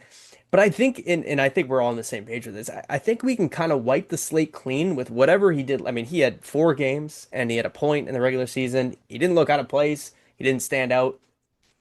I think you wipe the slate clean. You forget even about that because of how much hockey that kid played and what he stepped into at the end, how many different teams he played on. And who knows what we see from him next year with a full season of recovery and rest and being expecting to be in the NHL. Yeah, I'm definitely excited about him. He'll be unreal. Yeah. Sure. He was solid defensively. I think any young player that looked the way he did defensively, he'll be fine. And who Because can his skate game is like him? all, yeah, his game is all offense. So it's like that's gonna come. I know I forget what it was on, but I remember Dean talking about it on like a podcast, or maybe it was that interview with his strength and conditioning coach, or it was something that I heard. But and he was talking about like him and his buddies went to the first Providence game, and then they went to his first NHL game, which was away. And like they talked to him afterwards, and he was just like, "It's just so fast. Like everyone's so strong. It's fast." Yeah. And we said it earlier, like that is the hardest place to just jump into. NHL playoffs in Boston, right? Like the fans are crazy. They want you to go on a run. So I think it'll be fun. I think he's gonna be I think we're gonna see some highlights early. There'll be some shitty teams that they're gonna play that you can give him a little bit more lead and Yeah. just let him go. It's a good point. Calgary, Seattle. Scoring game 1. He's gonna do it. Calling it. It's been a while since we've had that. Like I almost think back to like DeBrusque and McAvoy. Remember that game they Last both time. scored in like against Nashville? Yeah. But yeah, they haven't had this kind of excitement around a guy like that. And like you said, he jumped into a pretty fucking crazy season at the end. So yeah, I mean, I do just want to see him, like you said, a little more like swagger. Like Jack Hughes just has this like #1 overall swagger.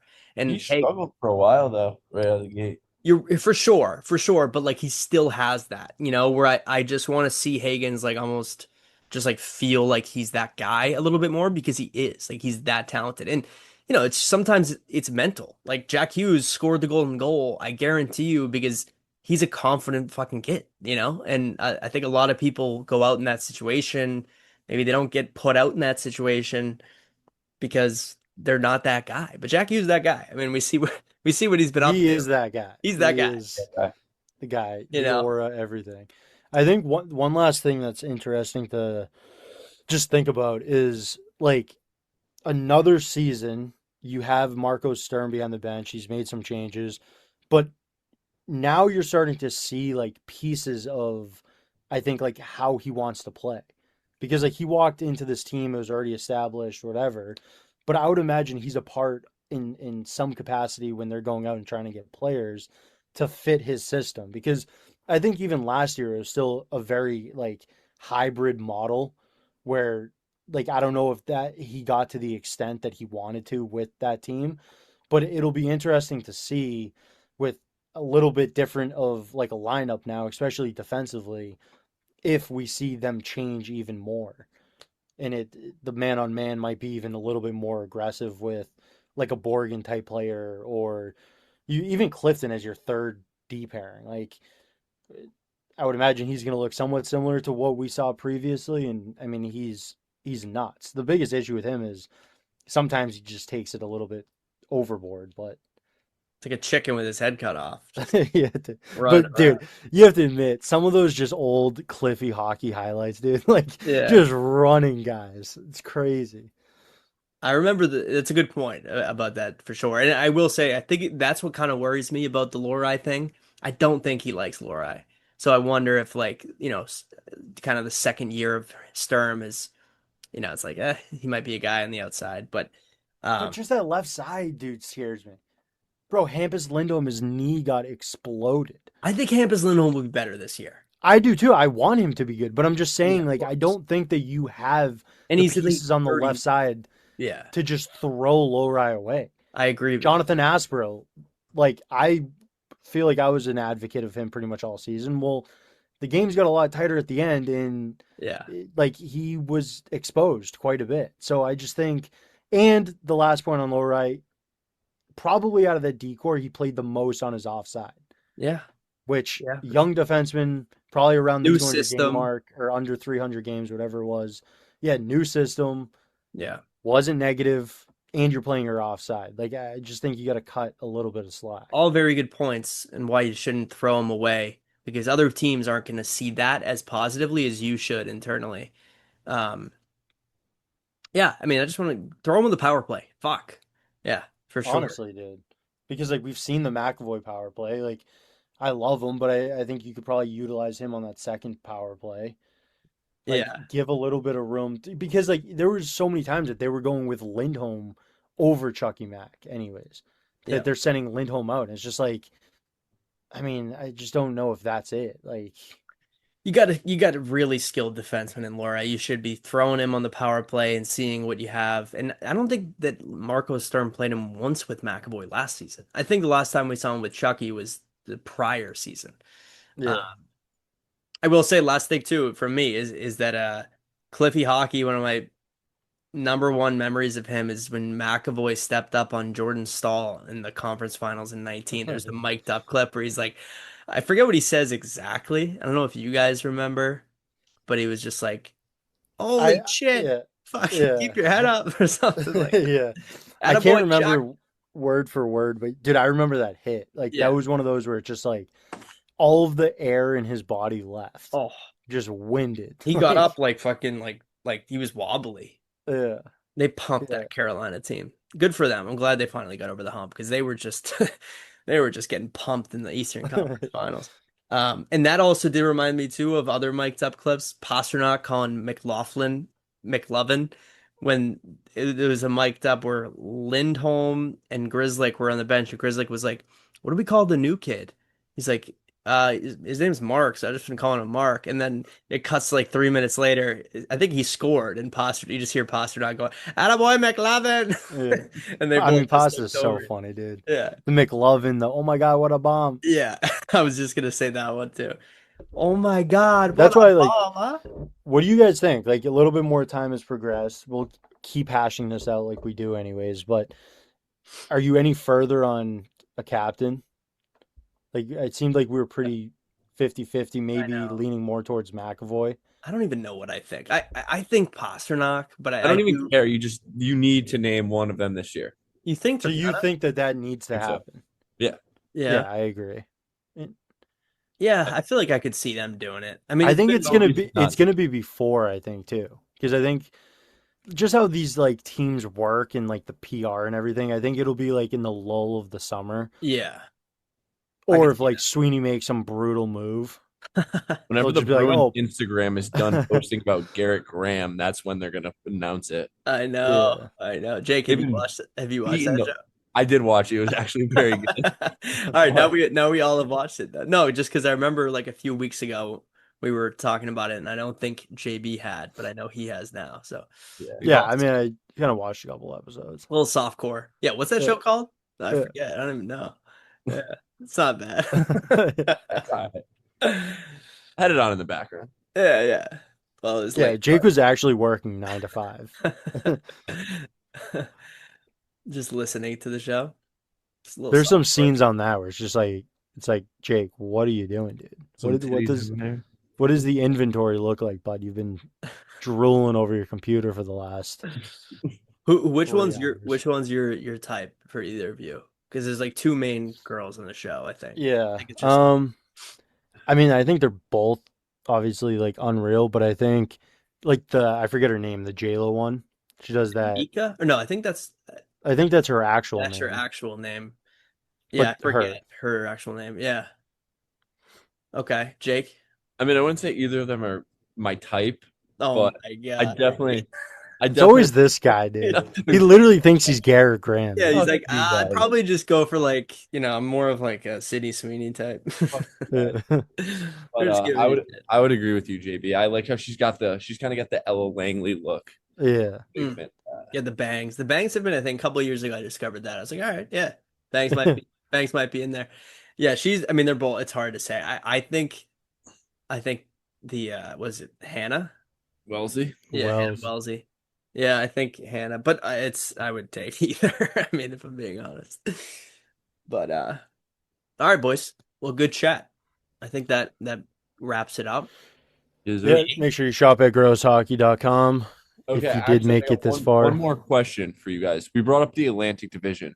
Rank your teams for next year before I piss my pants. That's a good question. That's a good question, man. I mean, I think Florida is obvious, and then I would probably Before say, you start, because I want to say this. yeah, I think the Bruins are definitely a top 16 team in the league, but you got 6 of those teams in the Atlantic Division, I think. yeah. I would say they're above That's- Ottawa, Detroit, and Toronto. I hope. But Ottawa's always given the Bruins fits. Now losing Brady Tkachuk is big, but I feel like even without him, they're a feisty group. So I don't know how they'll be, but they got Will Eklund. I don't know, man. It really is tough. Like you said, they could be a top 16 team, but like literally be like seventh in their division. It's crazy. Who would be after? Let's work together. Who would Well, be because you're after? looking at like teams making a jump. Like you think Toronto makes a jump? I don't think they make it over the Bruins, but fuck, they got better for sure. Who's after Florida? Is it Tampa? Tampa. I mean, I Montreal. like the Buffalo team too, dude. Fuck, I Dude, forgot I about think Buffalo Montreal. got worse. They definitely on paper did get worse. Now maybe Doan and what's his name? Benson get better. Maybe they get Hellebuck. I don't know. If is he gonna move still? It's been excuse me. That would make all the difference in the world. Yeah, because their goalie, like, dude, the biggest pivotal moment in that series with the Bruins was Morgan Geeky's backhand snipe from center ice. Like that was the only reason the Bruins like got a game. That just fucking That blew always them up. screws us, though, dude. Same thing happened before with the same goalie. Well, I guess it worked in reverse, but with the Panthers, they Oh, had Alex Lyon, and then they ended up switching over to Bobrovsky, and he just played on his head. no, you're right. It worked against the Bruins both times. Yeah. They lost both. Montreal is a team too to watch. Yeah, they're fucking scary. Um, that's a really hard question, man. I All right, like so who are you Jake going? just So said he's gonna piss Panthers, his pants. I'm like, I think I need we're in the 25. bathroom with I him might right need now, dude. 25 minutes. All right. I said it's obviously Florida, Yeah, and then Florida. I have Detroit probably at the bottom. Yeah, I have Detroit and Ottawa towards the bottom because I think I put the Leafs over both of them, Yeah. It's tough though. I really do think. and then Bruins. Uh, okay. So Detroit, Ottawa, Toronto, Bruins. So that means you have like Buffalo, You Tampa, Montreal. are those three. So who do you think is right below? I would probably say Montreal, actually. Yeah, I think it might be Tampa, Florida, Montreal, Tampa, Buffalo, Boston. yeah. So that means they're fighting for the fourth, that means a wild card. Again, the Atlantic has got to have two wild cards, but Juggernaut. why? I mean, the Metro got better, right? I mean, Dude, I am Washington got better. excited. Yeah, I'm excited to see Washington. Yeah. I still don't think there's. I think 2 teams. You have two more solid playoff teams, but I don't think they're taking a wild card. Yeah, I gotta pull them up because forget how many. So you got Carolina, Hurricane, Washington, yeah, um, Philadelphia, Philly. Devils, Rangers. Like, that division was wide open under Carolina, so a lot of those teams they were aggressive. It's gonna be tough for the Bruins to get in this year. Like they got better, but it's gonna be way harder for them to make the playoffs this year. Yeah, my ranking is Florida, Montreal, Tampa, Boston, Buffalo, Toronto, Ottawa, Detroit. Yeah, so pretty close. I think you just switched Tampa and Buffalo. And the crazy thing is, like, they're all solid teams. Like, even Detroit is gonna be. They're not gonna be. I don't think they're gonna be better than they were last year, but they're gonna be a solid team still. My only thing with Detroit is like kind of what we talked about earlier. I could just see like the media situation causing havoc. Yeah, And Larkin's just a like, huge part of that team. I don't know if Brady Kachuk is as big of a part of what Ottawa does. yeah, but I also just think it's tough too when he's still in the room. Well, like yeah, 100. That's Like Kachuk exactly being what I'm gone, saying. it's like, all Yeah, right. But now it's like, I don't know, what is the animosity in the room with like obviously he's your teammate, you probably have a good friendship with him, but he's the captain and you know he wants out. I feel like the thing with him is he's really hoping it doesn't get to that point. Even though he's playing hardball with the number of teams he's got, like you got to think he's hoping he doesn't have to go into that fucking room. Just because it's like, yeah, it's one thing to send a text to your buddy, to your group of teammates, and be like, "Sorry, boys," but to then have to go into the locker room and yeah, that Even will with the get bad. fan base, dude. He Yeah, gets called out opening night. the media, yeah, the yeah, when they say the lineups, he's gonna get booed. Um, yeah, I don't know. It's a good question though, Jake, because that's the best division in hockey right there, and Florida, the league was wide open because of Florida, but they're back bigger than ever now, so but it's gonna be fucking fun, boys. Like I I'd think love to see that upset, dude. Like you said earlier. I, I am praying on that. It there's doesn't no, even have to be us, dude. I just want to see them yeah, get that ripped I out from under them. I hear that. I hear that. I do like Brady. Brady cracks me up though.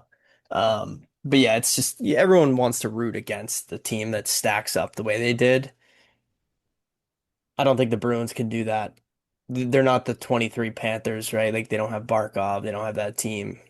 Um, Barkov tears his other ACL. that, that's literally what you have to hope for if you're any other team.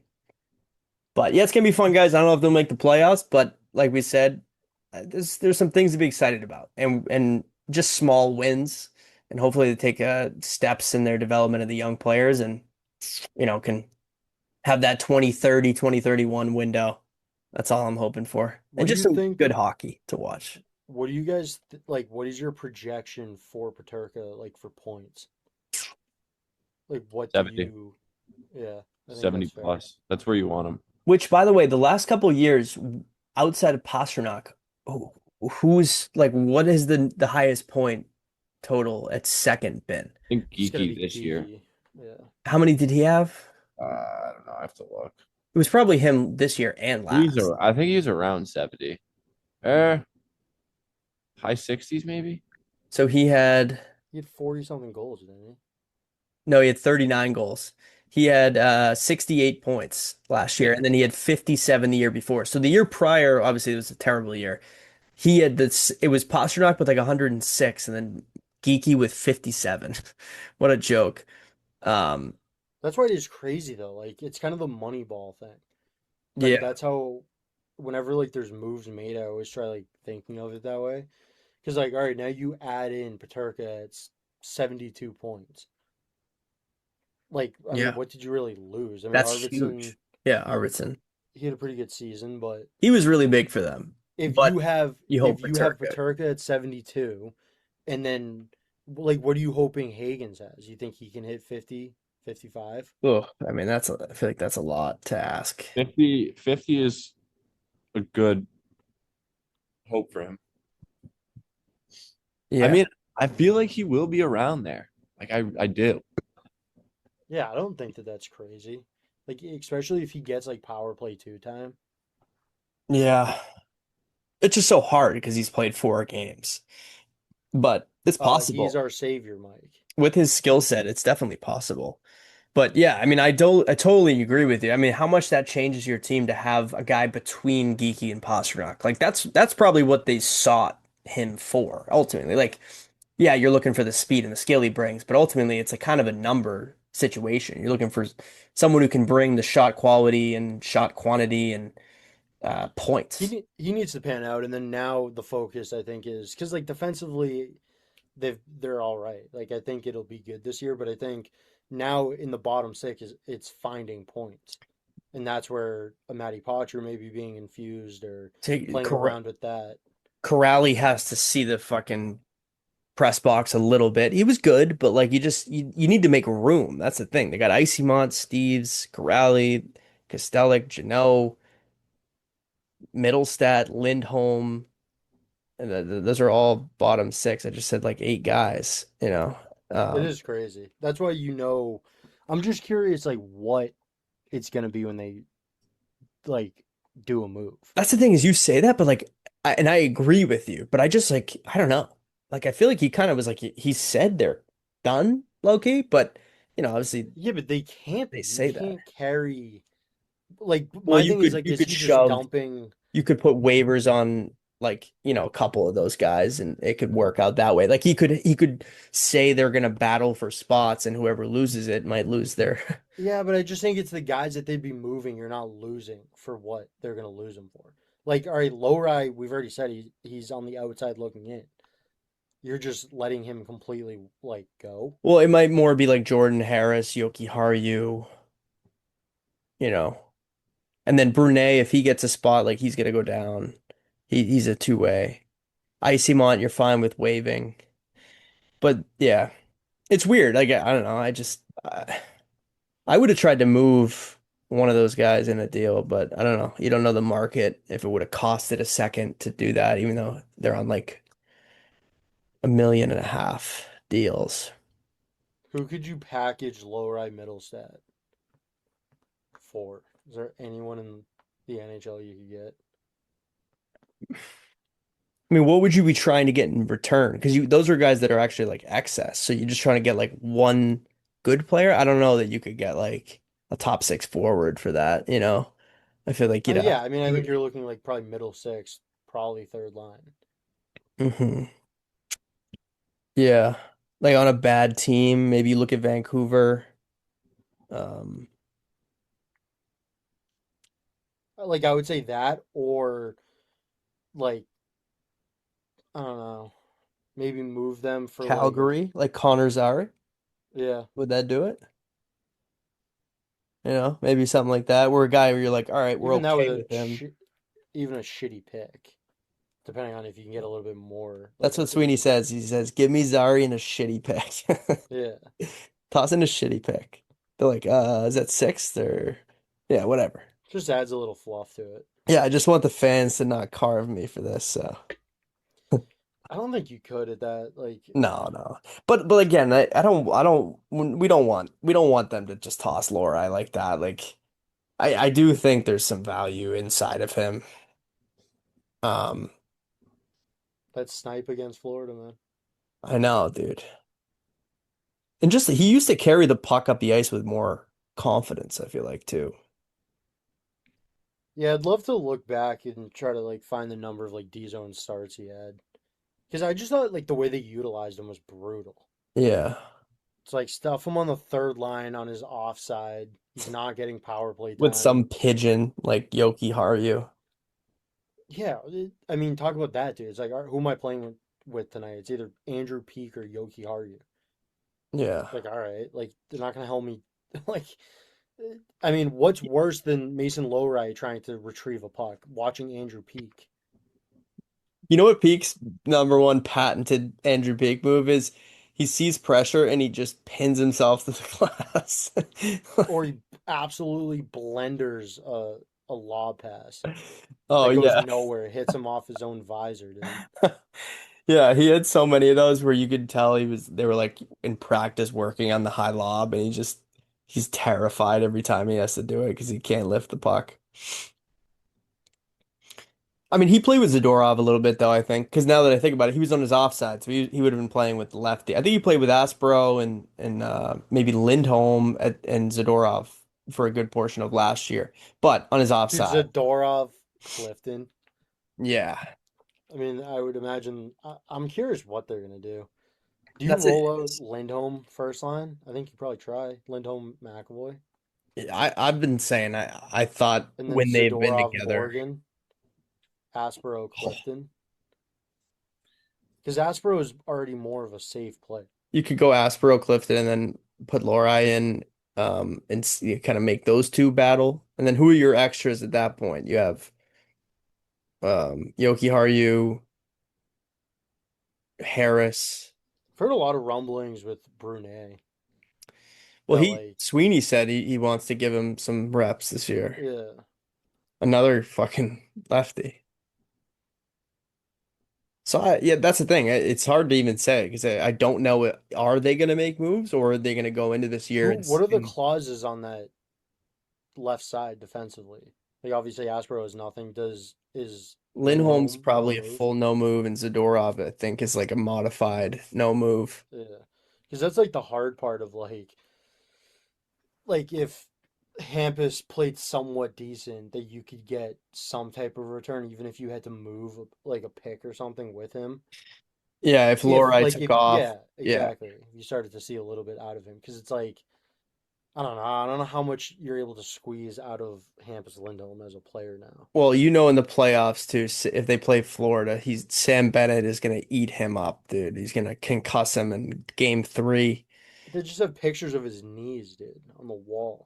Remember It's that like Sam literally, Bennett hit on Slavin? yeah. And who was the That guy? was like the one Svechnikov hit on Lindholm. Lindholm. Yeah, Yeah, exactly. That's dude, all I'm thinking about. I remember watching that hit, and literally like the pass. My What a soul left my play! body when I watched that. What It a was play by Carlo. Brandon It was Carlo, dude. Carlo. A backhand. I don't want this pass. It's going to you. They should call him Buddy Pass Brando, dude. That's his nickname. Picks it up behind the net and just like heads up. Where did he go? St. Louis, right? Yeah. Yeah, Back with Monty. that's just yeah, dude. A nice guy. Nicest guy in the world. Just like not a great NHL defenseman. That's probably best suited for like a 6. Hey, we got Mintz and a first rounder though for him. I know, dude. That trade looks better and better I think his every game would day. have been so much better if he was just more aggressive. Well, dude, Like I his think conkeys, yeah, but I think he opened himself up to those a lot by the way he played. he's a deer. He's a deer. Yeah, it's Yeah. like I think if he kind of went at those hits more aggressively instead of just trying to take them. I mean, because you got to think, dude, like you add a little bit of like dirtiness to your game. He's 6'5". He's Most too- of the time he's gonna be catching guys in the forehead. He's too nice. Yeah. It's like take an elbow call so you don't have 4 concussions by Yeah. age 25. Yeah, he didn't learn that, or he learned it too late, whichever one. The one defensive like player that was available that I wish they took a swing at was Zellweger. Seeing what he went for and just like knowing the feeling that they already have with Lowry and Yeah. they don't really have another type of player like that. That swap might have been interesting. Yeah. Because I forget, I think it might have been Marinovsky that was talking about it or brought it up. But like, Oh, what do you guys think about like Shane Wright? for the right price, Would you move Patra for Wright? just 1-for-1. 1-for-1. Yeah, but Yeah. I don't think that does it. I think I heard that too, JB. I think I listened to that same episode. I don't think that does it though. That's a thing. I think that But if it's not that, like, if you're packaging a pick on top of that, it's not a high pick. I think they might just be looking for, I don't know. But yeah, obviously I don't know. I would for sure. I would definitely do it just because I think he's got a bigger frame and he was a high pick. Like I don't know if Patra at this point I believe as a top 6 center and they have so many other guys that I think they believe in more and stuff. The problem with like even Zellweger or Wright is just like they almost don't have that much room for these reclamation projects anymore. Like you got Middlestat there, you got you just have Lori, you have kind of like so many guys. And I think Don Sweeney really loves internal competition. But I Like think that gets his that's rocks more off. of a Sweeney move, though. You Well, look at yeah, Morgan for sure. Geekie, like, to me, taking a chance on a highly sought after player years ago, Andy's a centerman. Like, to me, it's almost like I'd rather take a swing on that than, like, you already knew what Middlestat was. Like, you weren't. He was more getting- of a throw in that, just I think to make the money work at the time. Yeah, make the deal happen. But, like, also I a even little just. bit of a reclamation. You even just look at like Lindholm. It's like, dude, just stuff him on the wing at this point. Like, For sure. you don't care. It's He like if can you take can draws when He's good at needed. mix-ups. Yeah, he can take the Yeah. draws when needed, but you can like I think they should give Hagens the third line center. That's what I would do. 100% agree. And then have Lindholm there to insulate him. And to take draws when necessary if Hagen struggles down the middle. And then you go maybe Hustadinov on the left. And then maybe they end up doing Middlestat, Zaka, It is or crazy. or We Min. always say it.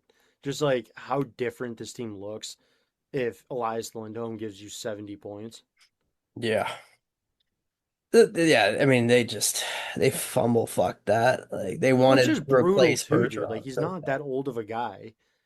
It was really the only like center move at that time you could make that they felt like they had to do. But it's like, dude, he also isn't even meeting you halfway. Like he's talking about his lingering back pain. It's like, dude, Yeah, that's like me at work being like, yeah, I just have some family shit going on. Just yeah, like like just making up some bullshit, dude.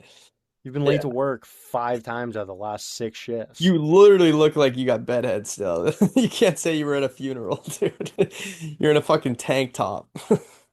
So it's just like, Yeah, I mean it's tough because well, he literally came out recently, Sweeney, and was like, this just might be what he is.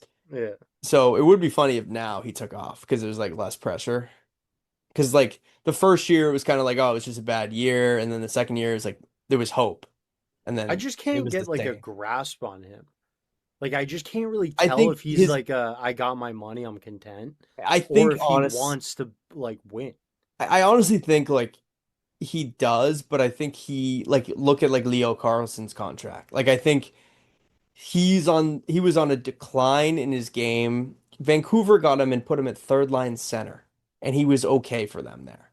And it's like then he was the top free agent centerman, and the Bruins just lost Patrice Bergeron, and they panicked and wanted to make the playoffs again, and they sent, they paid probably what Seattle or some other team wouldn't. Like, they outbid, like they were the highest bidder, and obviously the Zadorov thing, connection, and it's a good market, but I don't think he doesn't want to win and just completely packed it in. I think he took the deal that was there and, probably knows that he took too much money, but what are you gonna do? Turn it down? Like he's not a 1C and he took 1C money. Yeah. Can't blame the guy. I mean, I think he's just his bot like he was talked about as the next Bergeron for a bit. He was on Carolina, then Calgary, and he had some good years. Two-way, good in the dot, like really good player. But I think at this point in his career, just like he's kind of over that hill where his body isn't the same. He's had probably like 3 kids. He's got a wife, like that. It's just the game catches up. It's a young man's From game. the player standpoint, you can't blame him. Like you want him to be more than what he is.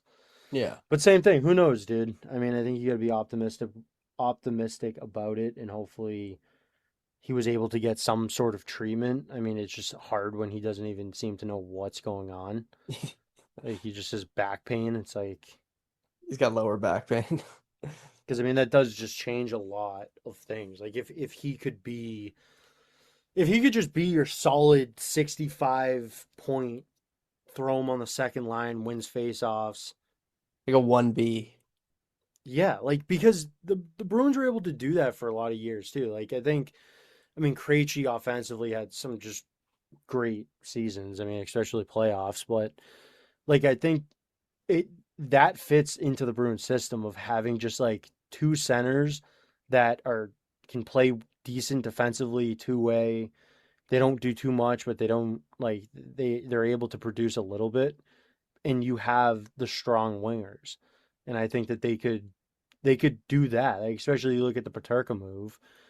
If he's able to pump out goals, like you just really need Lindholm to win faceoffs and get the puck to those guys. Yeah, I mean it's not just it's not like about outscoring everyone, right? Like at the end of the day, that's not what hockey is. It's about winning your shifts. So that's Yeah. what Bergeron and Krejci did. Like they weren't McDavid Draisaitl down the middle, but they were just really effective. I don't know. I could see them even putting him at 2C to start. I mean, I don't know. But he could be better. Maybe he's in a little bit of a lesser role because they got some new guys. You know, they have been just like putting him with 88 and kind of asking him to do too much. So maybe he, again, like we talk about, slotted more accurately can be just a more effective player for you. Yeah. Be a specialist, win draws, PK, be a little bit of a veteran leader in that group. And he's got to be. He's got to earn every penny if he's not doing it on the score sheet. Yeah, like you said, meet us halfway. Just give us something. Throw a dog a bone, Elias. Like, we'll put you on the third line. Just don't be awful on the third line. Yeah, stop talking about your back, please. You know how many fucking Bruins fans in the crowd are like, dude, I work construction every day and I got a Yeah. busted up back. I don't want to hear about it.